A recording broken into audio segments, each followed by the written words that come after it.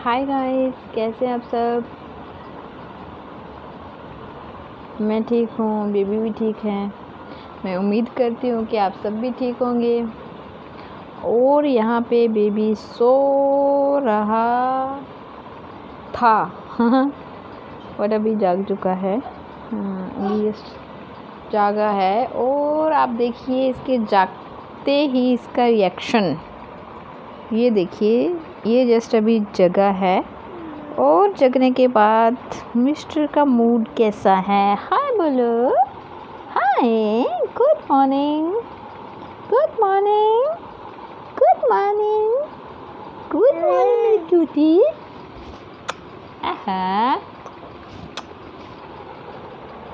तो जैसे ही मैंने हाय गाइस बोला तो इसकी नींद खुल गई और ये जाग गया। तो अभी इसने जस्ट फीड लिया था, उसके बाद ये सो गया था। और मैं कोशिश करती हूँ कि दिन में शूट करूँ, सुबह में करूँ, लेकिन आज मेरे साथ क्या हुआ कि मैं ना काम करके फ्री हुई 11 साढ़े 11 बजे। ये 10:30 11 बजे सो गया था। मैंने ब्रेकफास्ट किया सुबह, इसको दूध पिलाया, फिर ये इसको मैंने मसाज, और no no no no no no, ऐसे नहीं करते। इसको मैंने मसाज वगैरह की। तो फिर ना ये क्या हुआ, फिर ये मसाज के बाद थोड़ी देर बाद खेल कूद के फिर ये सो गया। फिर मैं उठी और उठ के मैंने ब्रेकफास्ट तो मैंने कर लिया था पहले से ही। और फिर मैंने मुझे बार बार मोबाइल इधर उधर करना पड़ता है क्योंकि ये बीच में तंग कर रहा है, मुझे खींच रहा है पकड़ पकड़ के। तो फिर मैंने उसके बाद फटाफट से थोड़े से कपड़े धुलाई किए, थोड़ा सा झाड़ू पहले लगा के रखा था, और फटाफट से पोछा वगैरह जो भी करना था, नहाना धोना फटाफट से किया। एंड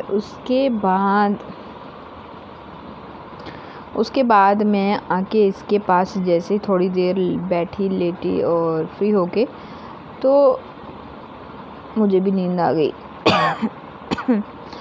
और ऐसी नींद आई और मैं ये सो रहा था, मैं भी पास में लेटी और ये भी सो रहा, उठा ही नहीं ये, और मैं भी सो गई। और 1 बजे 1 बजे ये उठ रहा है। मेरी नींद खुली, पहले मैंने देखा कि टाइम कितना हो रहा है और बज रहा था 1। और खांसी है ना जो जा नहीं रही है, काफ़ी देर से परेशान हो गई हूँ इससे मैं कि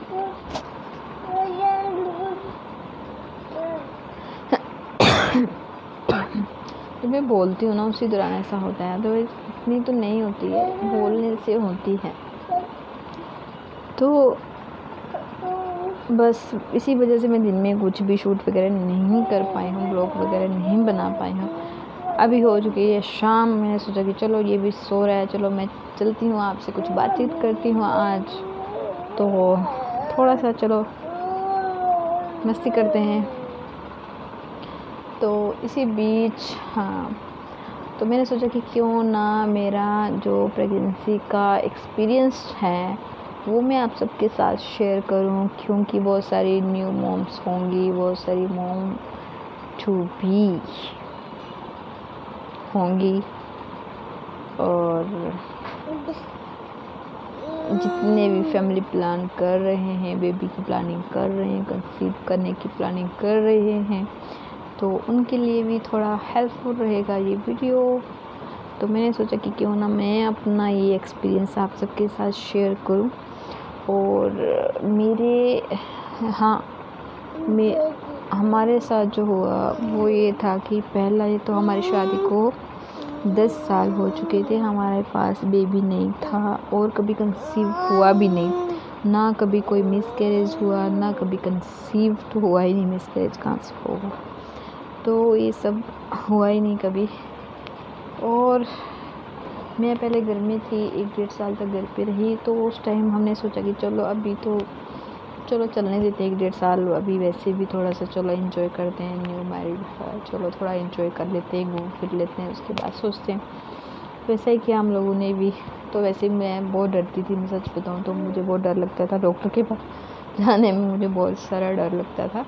आज तो फिर जब मैंने अपनी स्टडी स्टार्ट की उसके बाद तो मैं यूँ कहूँ तो मैं पूरी चेंज हो चुकी हूँ आफ्टर ग्रेजुएशन के बाद। तो फिर मैं बहुत डरती थी, सच बताऊँ तो कैसे होगा, बहुत सारा डर लगता था कि डॉक्टर के पास जाना, वो बेबी जब कोई कहता था ना कि नहीं ऐसे होता है, नॉर्मल डिलीवरीज ऐसे होती हैं, इतना पेनफुल होता है, दूसरा जन्म होता है, सीज़र में और हालत ख़राब हो जाती है, बैक पेन तो जाता ही नहीं है कभी, और हो एक बंदा चाहिए उठा के इधर उधर करने के लिए, पकड़ पकड़ के ले जाना पड़ता है, फिर चक्कर आते हैं बहुत सारे। वो फिर बोलते जो आपके स्टिच लगते हैं उसमें 6 महीने तक आपको इतना मतलब पेन होता रहता है। आप थोड़ा सा भी आपका पैर इधर उधर पड़ता है तो आपको अंदर ही बहुत पेन महसूस होता है, मतलब वो पेन आपका जाता नहीं है उतनी जल्दी से। फिर जो इंजेक्शन एनेस्थीसिया दिया जाता है उसका पेन जो है वो भी नहीं जाता है, कमर दर्द ये सब जाता ही नहीं है, हमेशा के लिए ये रह जाता है हमारे लिए आफ्टर सी सेक्शन। तो नॉर्मल में तो कहते हैं कि बहुत पेन होता है, दूसरा जन्म होता है, और ये पेन कोई सहन ही नहीं कर सकता और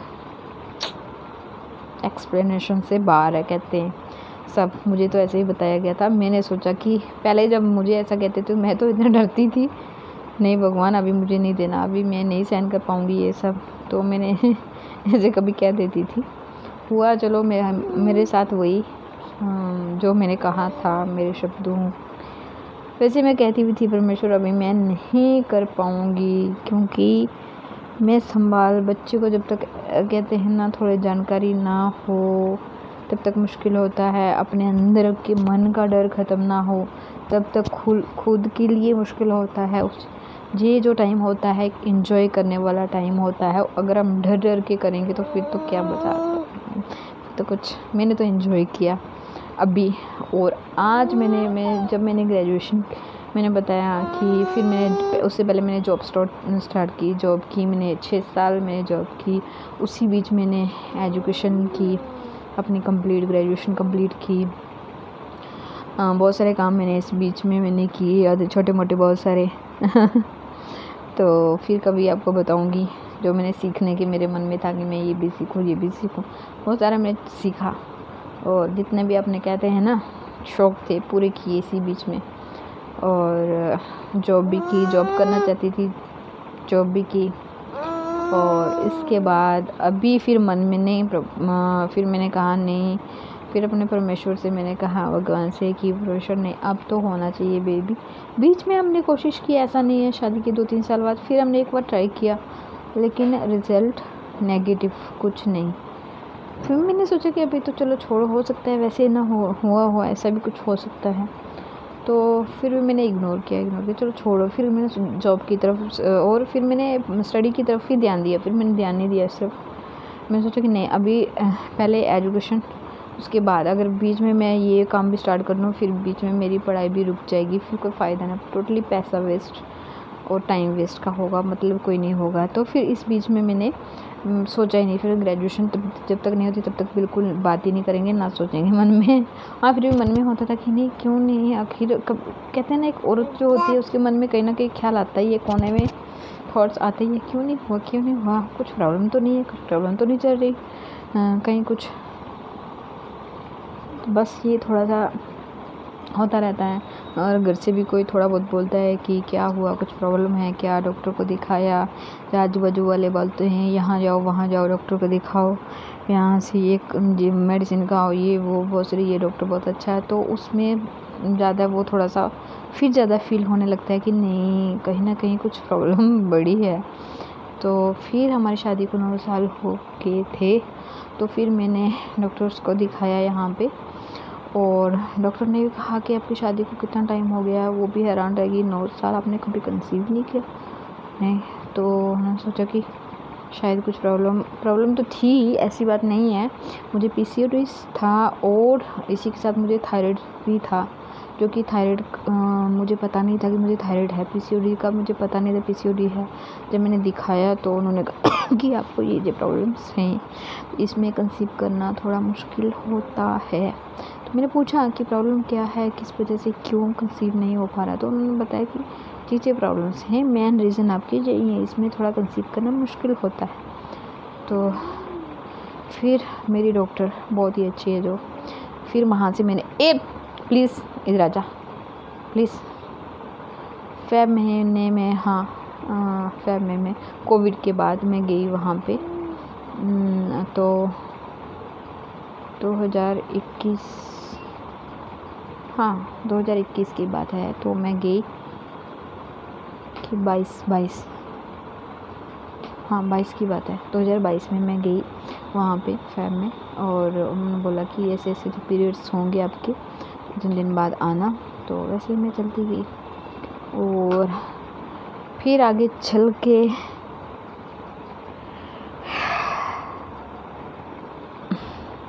कहीं ना कहीं मन में डर भी था। फिर ट्रीटमेंट स्टार्ट हुआ मेरा। तो आगे मैं अभी आपको क्योंकि वीडियो काफ़ी लंबी हो चुकी है, मैंने ऐसा सोचा कि मैं कुछ भी मैं आपको बताना चाहती थी पहले कि मैं कुछ शेयर करना चाहती हूँ। अभी मैं ब्लॉग तो उतना कुछ दिखा नहीं पाती हूँ, उससे अच्छा कि चलो मेरी जो एक्सपीरियंस है वही शेयर करूँ। तो मैं सोचा चलो यही शेयर करती हूँ। तो ये था मेरा यहाँ तक का एक एक्सपीरियंस, जो कि मुझे पता भी कुछ नहीं था और काफ़ी कुछ सीखने को भी मिला। आगे मैं आपको बताऊंगी कि किस तरह कितनी देर मैंने ट्रीटमेंट लिया, कौन सा ट्रीटमेंट लिया नेक्स्ट वीडियो में, और कितनी देर बाद मैंने कंसीव किया और उसका कॉस्ट वगैरह क्या था, सब मैं आपको बताऊंगी। ठीक है, तो तब तक के लिए आज की वीडियो में इतना ही। मैं क्योंकि वीडियो बहुत लंबी हो जाएगी, आगे बहुत लंबी हो चुकी है, आप सब बोर हो जाओगे। तो ये था मेरा आज का छोटी सी वीडियो, और उम्मीद करती हूँ कि आप सबको बहुत पसंद आई होगी। Please like share and comments ज़रूर कीजिए, ताकि मैं अपनी और एक्सपीरियंस जो है, अगर आप कुछ मुझसे जानना चाहते हैं तो मैं आपके साथ शेयर करूँ। तो तब तक के लिए बाय बाय।